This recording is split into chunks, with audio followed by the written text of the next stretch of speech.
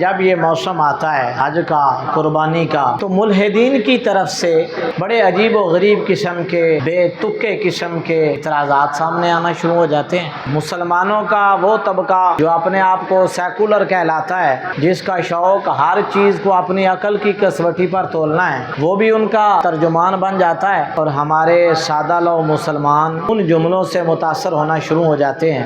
پھر جملے بڑے اٹریکٹیو ہوتے ہیں، بڑے جاذب قسم کے جملے ہوتے ہیں۔ سب سے پہلے ایک بات کا دھیان رہے کہ ہم مسلمان ہیں، اسلام کا معنی ہے سر کو جھکا دینا، اطاعت کرنا، فرما برداری کرنا، حکم الہی کی پابندی کرنا۔ اب اس میں اس چیز کا کوئی تصور نہیں کہ ہماری عقل کے ترازو میں یا کسی بھی سیکولر ملحد قسم کے بندے کی نظر میں یا اس کی عقل میں ترازو میں وہ بات پوری آتی ہے یا نہیں آتی۔ حکم الہی کسی کی عقل میں بیٹھے نہ بیٹھے وہ حکم الہی ہوتا ہے، اور اس کی پابندی بحیثیت مسلمان ہمارے اوپر لازم ہے۔ لہٰذا وہ لوگ جو حج کے موسم میں، قربانی کے موسم میں عجیب و غریب قسم کے فلسفے پیش کرتے ہیں، وہ ہمیں فلسفے سکھانے کی بجائے اپنی عقل کا علاج کروائیں جا کر۔ ہمارے لیے سب سے پہلے اللہ اور اس کے رسول کا حکم ہے۔ ہمارے جو سادہ لو مسلمان ہیں ایموشنل جملوں میں آ جاتے ہیں، ان کے بہکاوے میں آ جاتے ہیں، جملے بڑے جاذب نظر ہیں،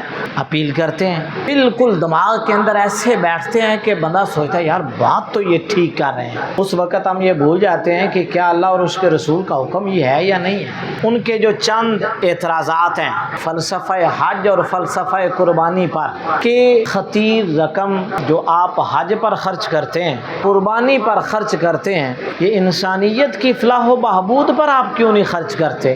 کسی غریب یا مسکین کو راشن کیوں نہیں لے کے دے دیتے؟ اس طرح کے جملے آپ کو سوشل میڈیا پر بڑے ملیں گے۔ 5 لاکھ روپے حج پر لگا کر حج کرنے کی بجائے 5,000 روپے سے یا 10,000 روپے سے کسی غریب کے گھر میں راشن بھیج دینا، یہ اس سے زیادہ بہتر ہے۔ تو پھر تیری سوچ پر لاکھ لعنت ہے، تیرے اس تصور اور تیرے اس فلسفے پر۔ یہ رقم جو اتنے اربوں روپے حج پر یا قربانی پر خرچ کرتے ہیں، یہ لاکھوں روپے کے، اربوں روپے کے جانور آپ ذبح کرتے ہیں۔ اس سے اگر یہ پیسہ غریبوں میں تقسیم کیا جائے، مسکینوں میں تقسیم کیا جائے، گھروں میں بیٹھی ہوئی شادی کی منتظر بچیوں کے ہاتھ پیلے کرنے کے لیے کیا جائے، رفاع عامہ کے لیے کیا جائے، کیا یہ اچھا ہو؟ بات تو بڑی دل کو لگنے والی، دل کو لبانے والی بات ہے کہ تو باتیں تو ٹھیک ہیں ساری۔ اس پیغام میں سیکولر ملحد کو دعوت فکر دے رہا ہوں۔ ان اعتراضات کے جوابات سے پہلے چند باتیں اپنے ذہن میں نشین کر لیں۔ یہ ہے عقل کا فلسفہ۔ یہ بات کئی بار میں کر چکا ہوں، جب بھی عقل وحی کے مقابلے میں آئے گی ترجیح وحی کو ہوگی، عقل کو نہیں ہوگی، اس لیے کہ عقل ناقص ہے، وحی کبھی ناقص نہیں ہو سکتی، وہ رب کا کلام ہے۔ دوسری بات، ہم ہیں مسلمان۔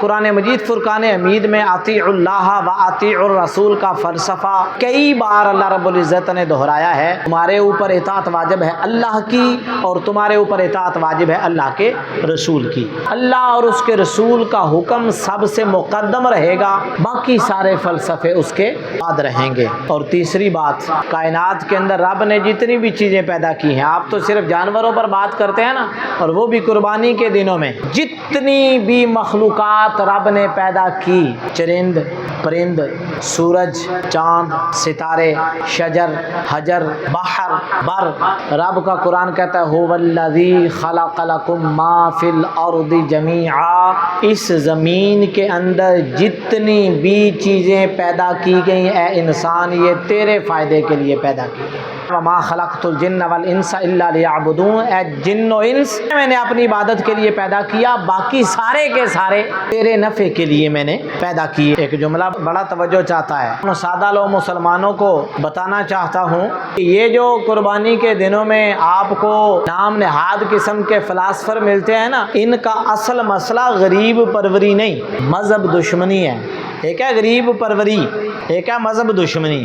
انہیں غریب کے ساتھ کوئی ہمدردی نہیں، انہیں غریب کے ساتھ کوئی ہمدردی نہیں، بلکہ انہیں مذہب کے ساتھ دشمنی ہے۔ غریب پروری کی آڑ لے کر وہ مذہب کی دشمنی کا جو زہر ہے اسے اگلتے رہتے ہیں۔ ایک سوال میں کرنے لگا ہوں، ذرا دل دماغ کی کھڑکیوں کو کھول کر مجھے جواب دیجئے۔ ملحدین بھی سیکولر بھی اور ہمارے سادہ لول مسلمان بھی، کہ کیا جو فلسفہ یہ پیش کرتے ہیں فلاح انسانیت کا، غریب پروری کا، کیا یہ اللہ اور اس کے رسول سے زیادہ انسانیت کے خیر خواہ ہیں؟